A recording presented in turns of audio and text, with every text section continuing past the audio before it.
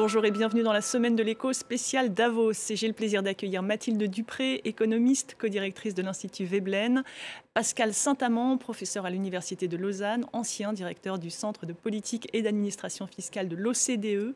Et depuis les montagnes de Davos, Lynn Rifaille, notre envoyée spéciale sur place. Bonjour à tous les trois et merci d'avoir accepté notre invitation. Au programme de cette émission, la hausse des prix et le coût de la vie placés en tête des risques à court terme par les dirigeants de la planète.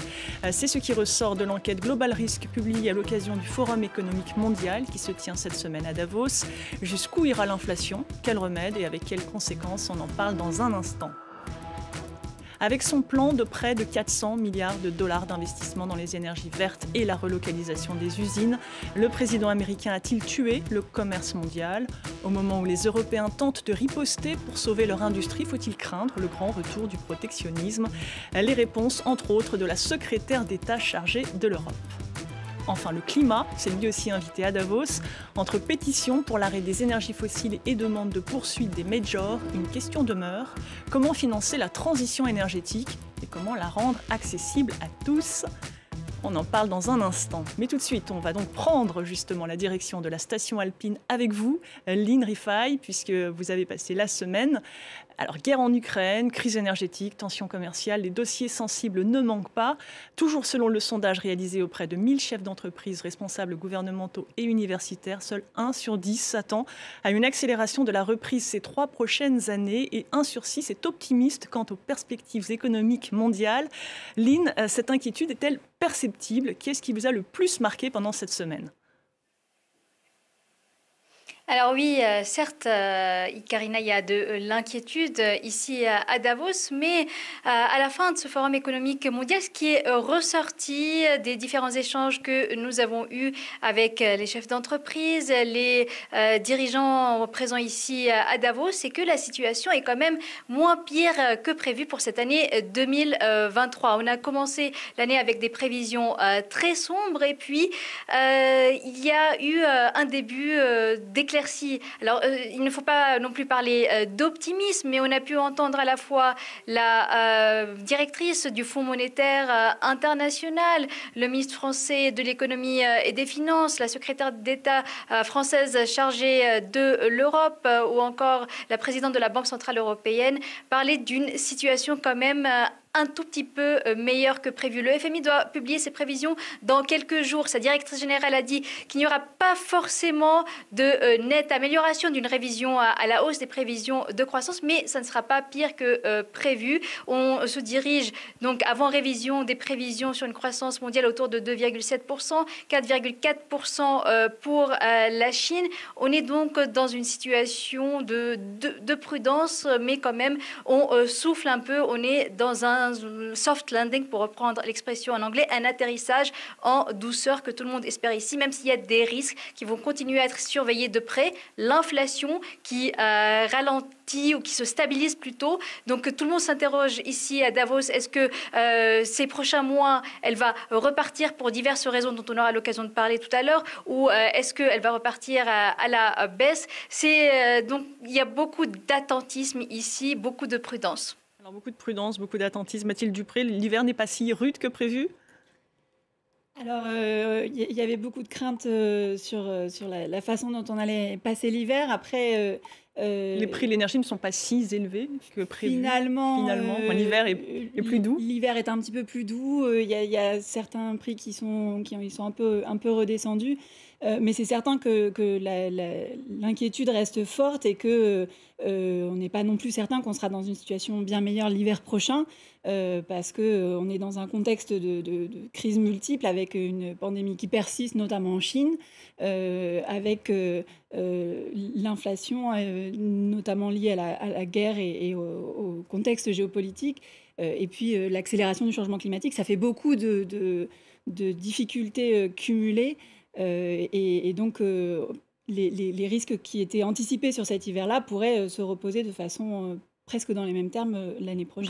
Voire de façon plus grave si les températures étaient encore plus fortes. Pascal Saint-Amand, contexte géopolitique, géoéconomique particulièrement complexe? Y a-t-il des raisons d'espérer? Non, c'est pas bon. La situation, elle n'est pas bonne, globalement. Maintenant, c'est moins pire qu'on ne le craignait. Alors, c'est moins pire qu'on ne le craignait, même si la situation en Ukraine ne se clarifie pas.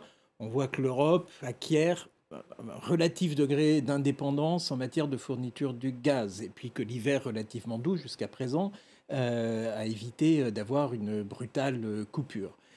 Sur la Chine, on voit qu'il y a une crise en Chine de Covid, avec un nombre de décès que l'on n'arrive pas à estimer, mais qui est sans doute supérieur aux 70 000 annoncés. On est sans doute sur des centaines de milliers, peut-être même des millions. Mais la Chine se rouvre. On se souvient du discours de Xi Jinping lors du congrès du Parti communiste, qui était extrêmement violent, avec l'élimination de tous les opposants au sein du Parti communiste. Puis là, on a un discours qui est beaucoup plus ouvert. Il a dit je garde le pays fermé pour nous protéger du Covid. Il ouvre derrière. Et je crois que sa sensibilité à la croissance chinoise est telle qu'on a plutôt une bonne nouvelle, même si la Chine va consommer davantage d'énergie, ce qui risque d'avoir une implication sur les cours du gaz et du pétrole. Donc, globalement, une situation qui n'est pas bonne, beaucoup de disruptions, beaucoup de problèmes d'inflation, la guerre en Ukraine, les tensions avec la Chine qui demeurent, les États-Unis qui font cavalier seul, mais fondamentalement un peu moins mauvais qu'on ne le craignait. Alors on va regarder précisément les chiffres de l'inflation. 8,8% au niveau mondial en 2022 selon le Fonds monétaire international,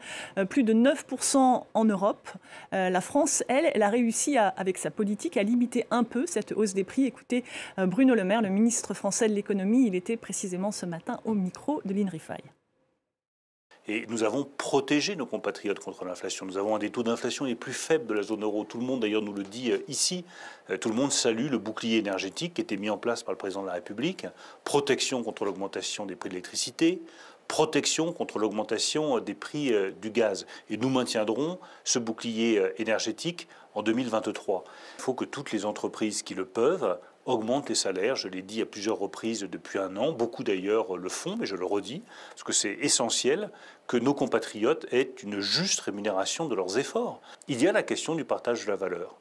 On a fait beaucoup depuis des années, depuis la loi Pacte, sur l'intéressement, sur la participation, sur les primes défiscalisées, sur l'actionnariat salarié. Je rappelle qu'on est un des pays en Europe où il y a le plus d'actionnaires salariés.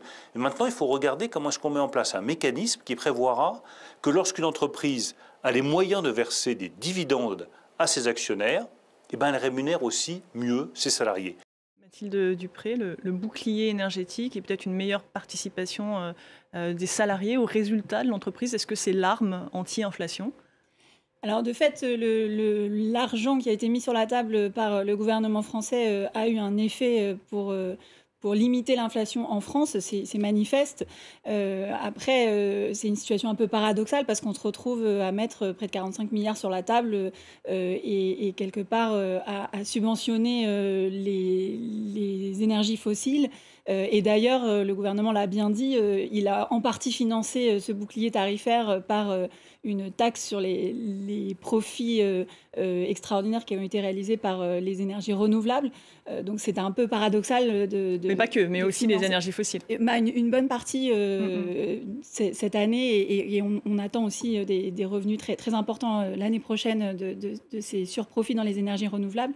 Donc c'est à la fois une réponse qui a permis de passer la période un peu difficile et d'adoucir le choc, et en même temps on voit bien qu'il n'est pas du tout tenable à long terme. Mais d'ailleurs il est question de cibler davantage ces aides à l'avenir.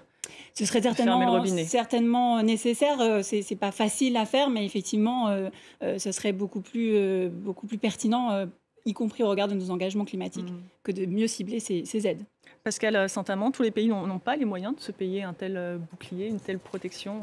Non, tous les pays n'ont pas ce moyen-là. Ce qui est intéressant sur le bouclier tarifaire énergétique, c'est qu'on fait exactement ce qu'on a dit aux pays en voie de développement et aux pays émergents de ne pas faire. Ça fait 20 ans que l'Ouest, les pays du G7 disent aux pays en voie de développement, il faut sortir du fossile, donc arrêtez de subventionner.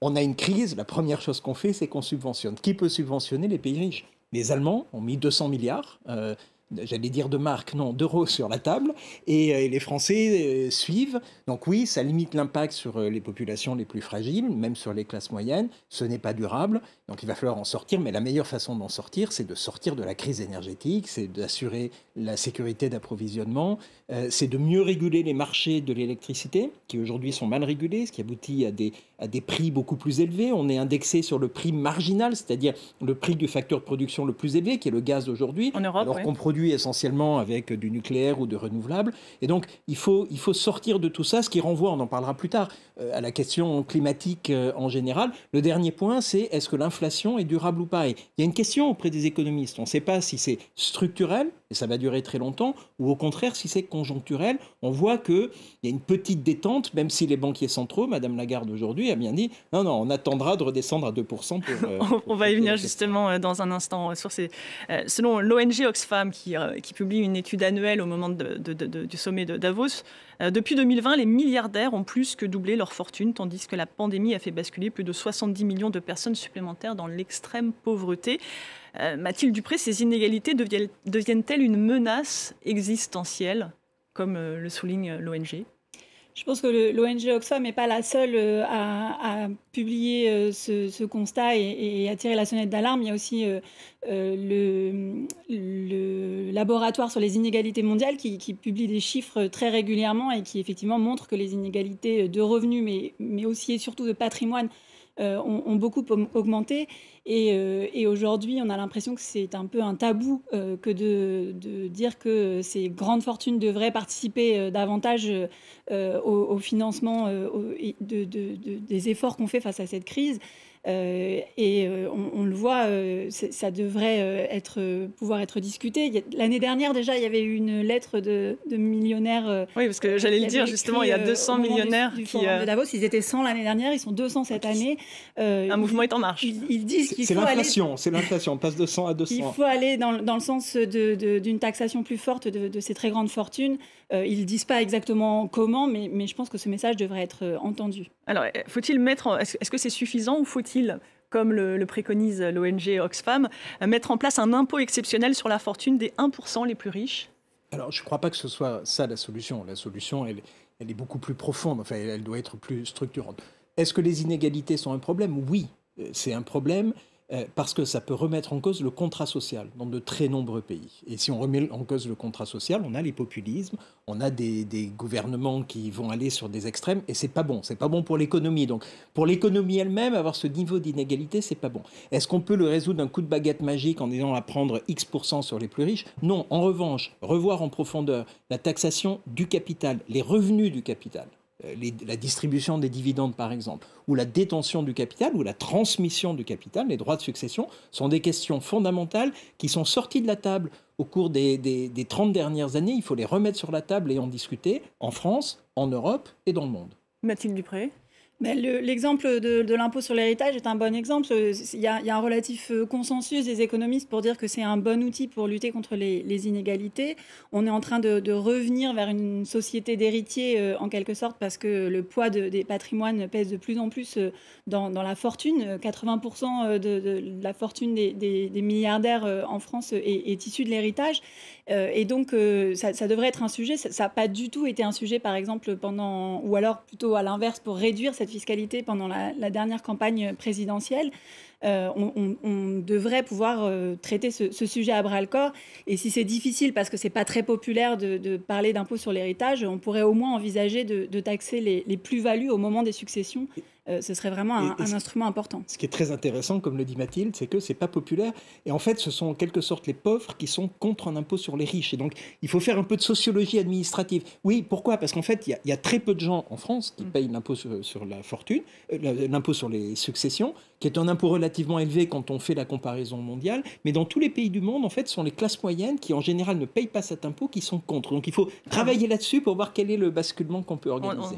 On creusera cette question. En tout cas, cette hausse généralisée des prix, elle a poussé les banques centrales à agir en relevant leur taux d'intérêt. Écoutez, Christine Lagarde, la présidente de la Banque centrale européenne. l'inflation de la vie générale, et quelle que soit la façon dont on la considère, est beaucoup trop élevée. Et notre détermination à la BCE est de la ramener à 2% en temps voulu. Et nous prenons toutes les mesures nécessaires pour y parvenir. C'est pourquoi nous avons déjà augmenté les taux d'intérêt de 250 points de base. Et nous maintiendrons le cap jusqu'à ce que nous soyons entrés en territoire restrictif suffisamment longtemps pour que nous puissions ramener l'inflation à 2% en temps voulu. Mathilde Dupré, avec ces hausses de taux, les banques centrales ne sont-elles pas en train de tuer la croissance ? Alors, il y a plusieurs sujets et c'est un dosage assez étroit qu'il faut parvenir à faire. En juillet déjà dernier, la Banque des règlements internationaux disait qu'on était face à une menace de tempête parfaite. Donc c'est la Banque centrale des banques centrales, c'est ça ? En quelque sorte, et donc face à une menace de tempête parfaite pour la stabilité financière internationale, avec à la fois une inflation galopante, une remontée des taux d'intérêt et des niveaux d'endettement public, mais aussi privé, très élevés. Donc aujourd'hui, la difficulté, c'est que l'inflation qu'on connaît, elle n'a pas d'origine réellement monétaire. Elle est le résultat de tensions sur les chaînes de valeur internationales. Elle est aussi le résultat de cette guerre et de la crise énergétique. Et donc les réponses, ce sont des réponses économiques à plutôt long terme qu'il faut déployer pour agir sur les causes profondes de cette inflation. Donc les banques centrales peuvent agir pour essayer d'adoucir les effets et ce qui se passe, mais elles n'ont pas toutes les clés en main pour pouvoir vraiment revenir à une situation plus normale, entre guillemets. Pascal Saint-Amand, l'Europe peut-elle entrer en récession ? Oui, c'est un véritable risque. Comme on l'a entendu au début de cette émission, les acteurs économiques sont un peu plus optimistes, mais il faut bien séparer les États-Unis, où l'optimisme n'est pas à son mieux, mais peut-être plus élevé qu'en France, notamment du fait des législations récentes. Et puis ils n'ont pas ce problème d'énergie ?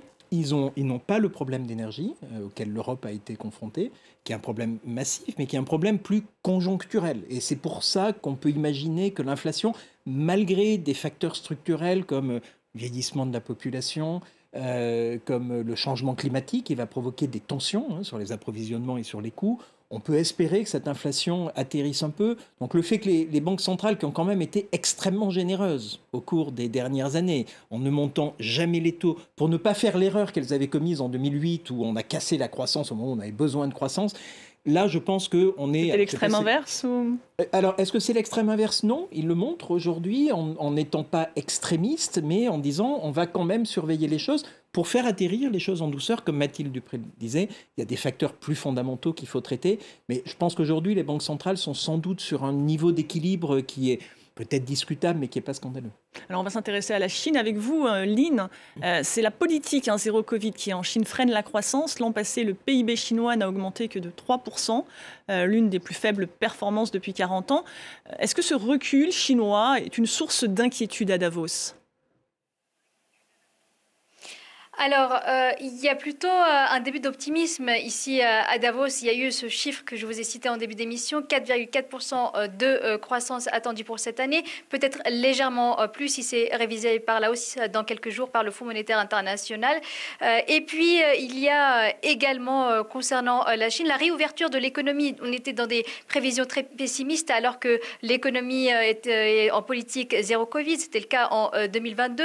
2023, c'est l'année où la Chine rouvre son économie. Elle fait face certes à une montée des cas de Covid-19, mais en même temps, la demande revient, les Chinois consomment à nouveau, sortent. Et puis, il y a une inquiétude au niveau mondial. Alors, à la fois optimisme mais inquiétude. Optimisme parce qu'une économie chinoise qui repart, c'est une demande mondiale qui repart. Une demande mondiale, par exemple, pour des produits industriels qui viennent d'Allemagne et pour des produits qui viennent du monde entier, les touristes chinois qui vont à travers le monde. Et puis, une demande mondiale chinoise qui augmente, c'est aussi une demande d'énergie qui augmente, une demande de matières premières qui augmente. Et ça suscite un tout petit peu d'inquiétude quand même ici quand on entend les grands dirigeants, notamment les responsables des banques centrales ou la dirigeante par exemple du Fonds monétaire international. C'est-à-dire que c'est très bien, mais il faut faire très attention à l'impact que cela pourrait avoir sur les niveaux mondiaux d'inflation. Est-ce qu'on risque de revoir les prix de l'énergie augmenter à nouveau parce que quand même l'offre ne peut pas augmenter très fortement pour suivre la demande. Il y a quand même une certaine prudence vis-à-vis de cette situation-là? Alors, Lynn, avec la crise de Covid-19 et la guerre en Ukraine, et ça nous fait venir tout naturellement à notre deuxième partie, on s'est aperçu des risques de rupture de chaîne d'approvisionnement. C'était les masques, les médicaments, mais aussi les semi-conducteurs. Vous avez interviewé plusieurs industriels pendant cette semaine. Après les vagues de délocalisation aujourd'hui, que vous disent-ils? Peut-on faire machine arrière? Alors, c'est pas tellement machine arrière, mais tous les industriels, après la pandémie de Covid-19, et même les gouvernements du monde entier se sont rendus compte de la nécessité de mieux distribuer les chaînes de valeur à travers le monde. On ne peut pas dépendre d'une seule région dans le monde pour produire un seul type de biens. Il faut qu'il y ait davantage de diversification des lieux de production. C'est ce qu'on a entendu ici, c'est ce que m'ont dit les différents chefs d'entreprise ou responsables économiques, politiques que j'ai rencontrés ici à Davos. J'ai par exemple pu m'entretenir avec le président de Business France, Pascal Cany, qui a rappelé aussi l'importance de relocaliser certaines industries en France. Il y a des investissements qui reviennent en France dans les secteurs stratégiques.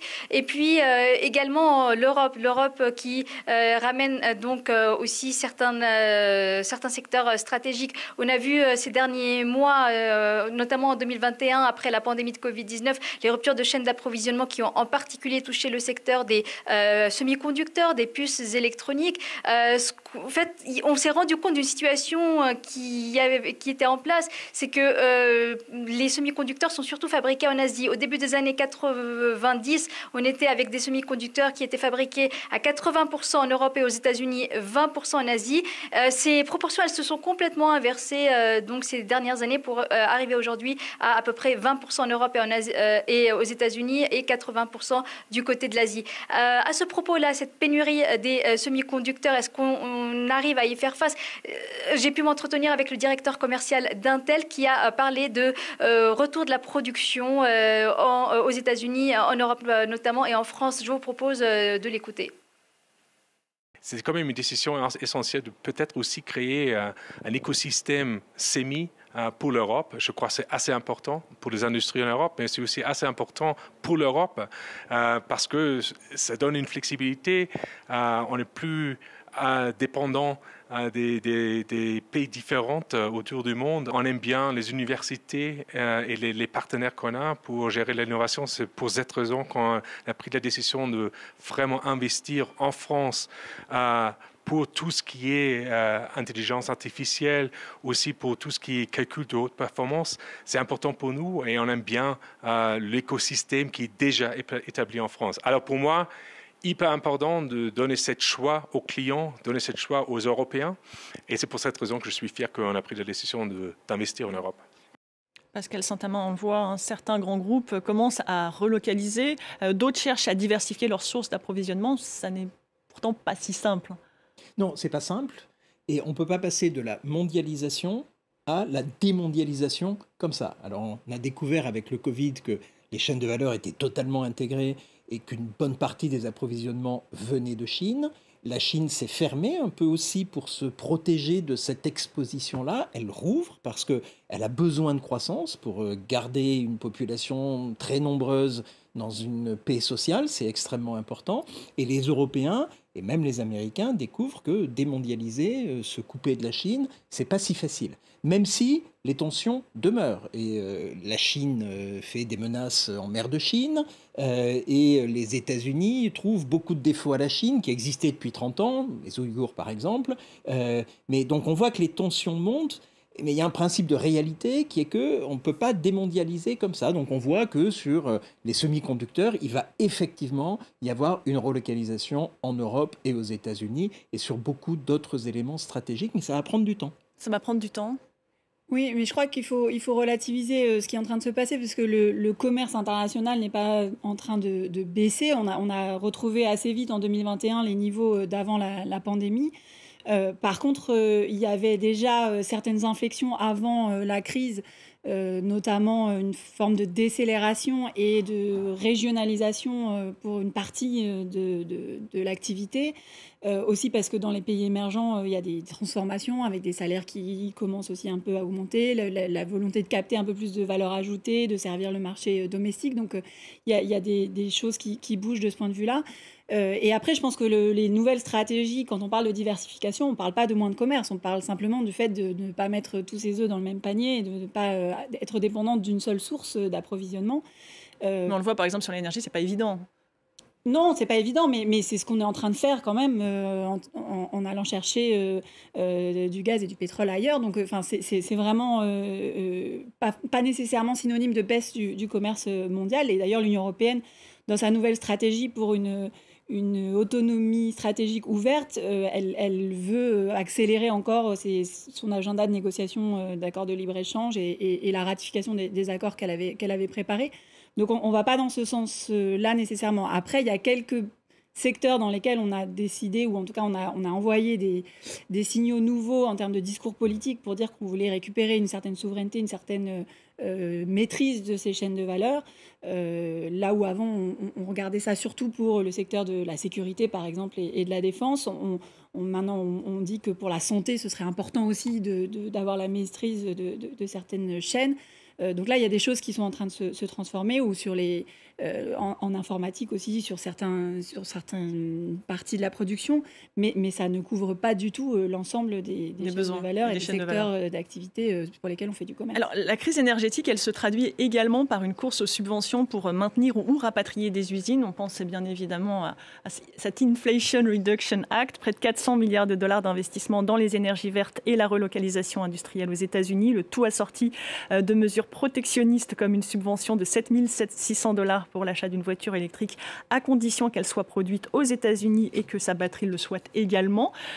Ces aides ont-elles déjà des effets néfastes sur l'industrie européenne ? Elle jette un coup de froid. Donc déjà, il y a un effet néfaste, on est en train de prendre froid. Est-ce que ça a déjà provoqué des relocalisations ? Je ne pense pas. Est-ce que les industriels européens pensent sérieusement à relocaliser de la production aux États-Unis ? La réponse est oui.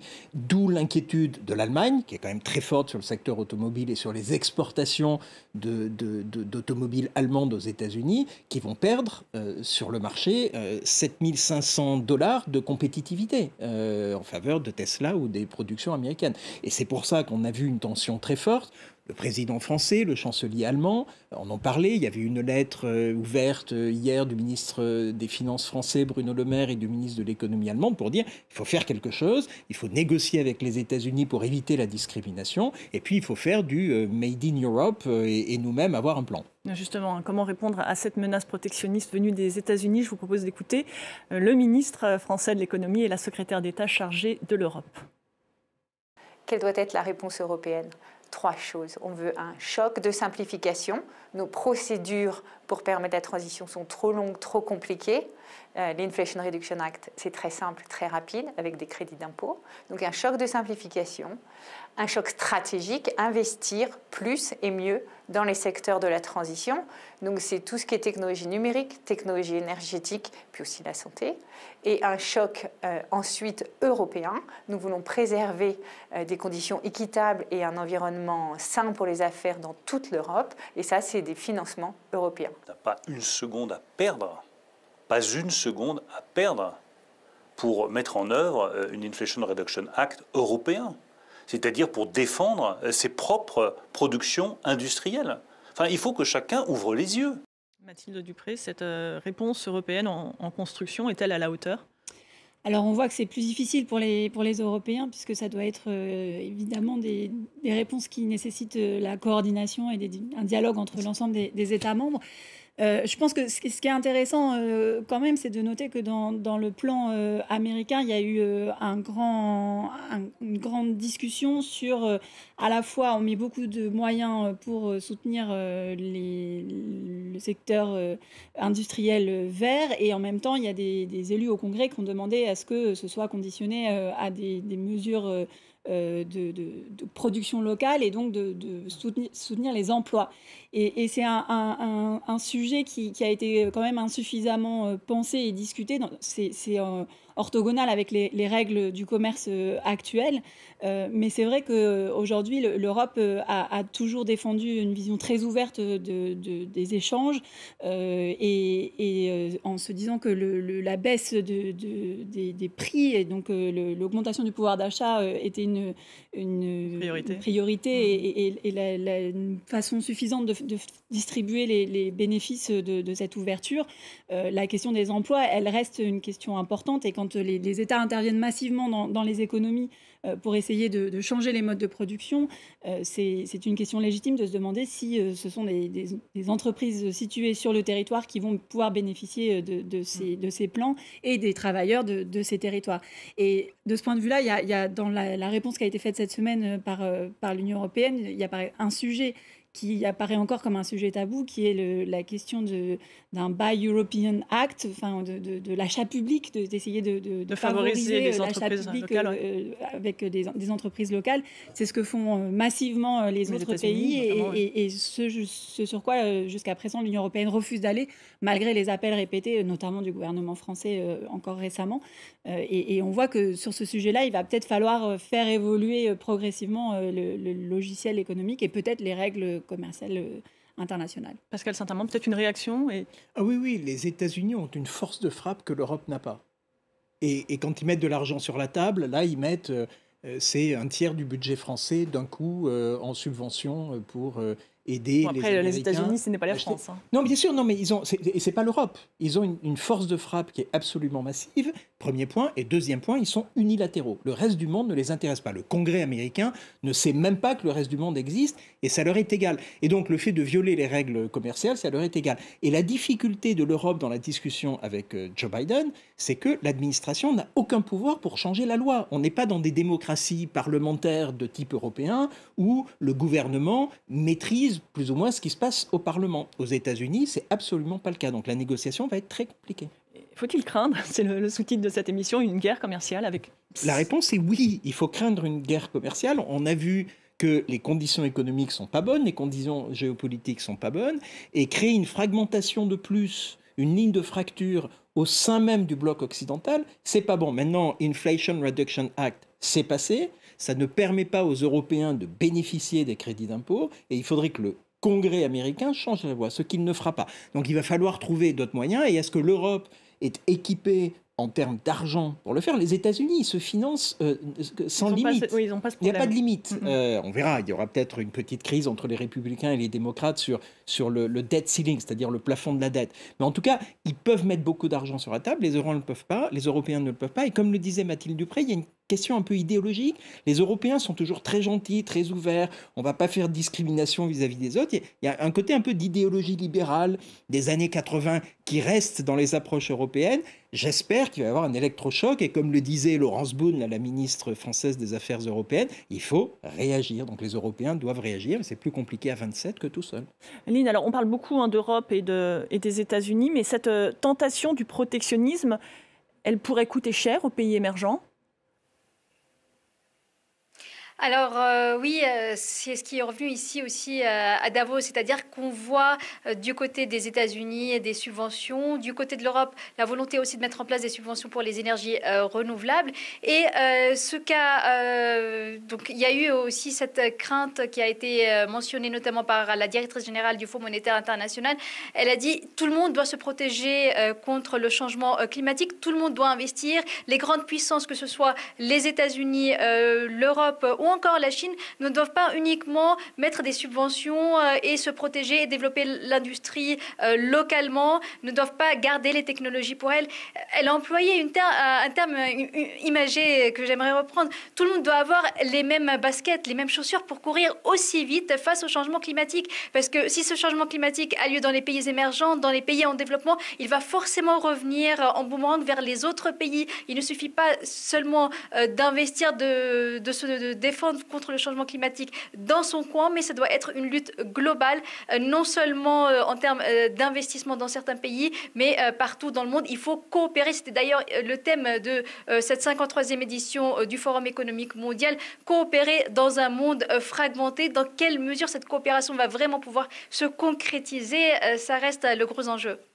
Alors le climat est aussi un grand enjeu de cette réunion de Davos. Cette année, Greta Thunberg s'en est pris aux responsables de la destruction de la planète, je cite. Avant cela, c'était le secrétaire général de l'ONU qui lançait la charge contre les majors. Écoutez. Nous flirtons avec la catastrophe climatique. Chaque semaine apporte une nouvelle histoire d'horreur climatique. Les émissions de gaz à effet de serre atteignent des niveaux records et ne cessent d'augmenter. L'engagement de limiter la hausse de la température mondiale à 1,5 degré est presque parti en fumée. Si nous ne prenons pas de nouvelles mesures, nous nous dirigeons vers une augmentation de 2,8 degrés.